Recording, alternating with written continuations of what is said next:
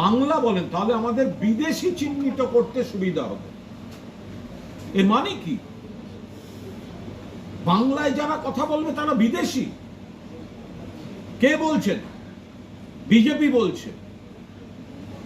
আসামের মুখ্যমন্ত্রী হিমন্ত বিশ্ব শর্মা বলছে যে যদি কেউ বলেন মাতৃভাষা বাংলা, তাহলে বিদেশি চিহ্নিত করতে সুবিধা হবে।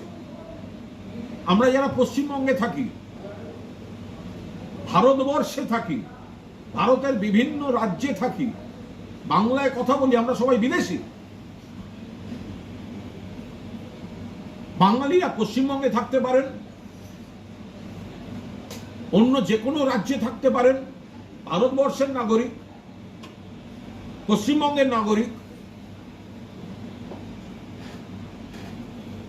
যদি উনি বাংলাদেশকে ইঙ্গিত করে অনুপ্রবেশকারীদের সম্পর্কে বলে থাকেন, তাহলে তো প্রথম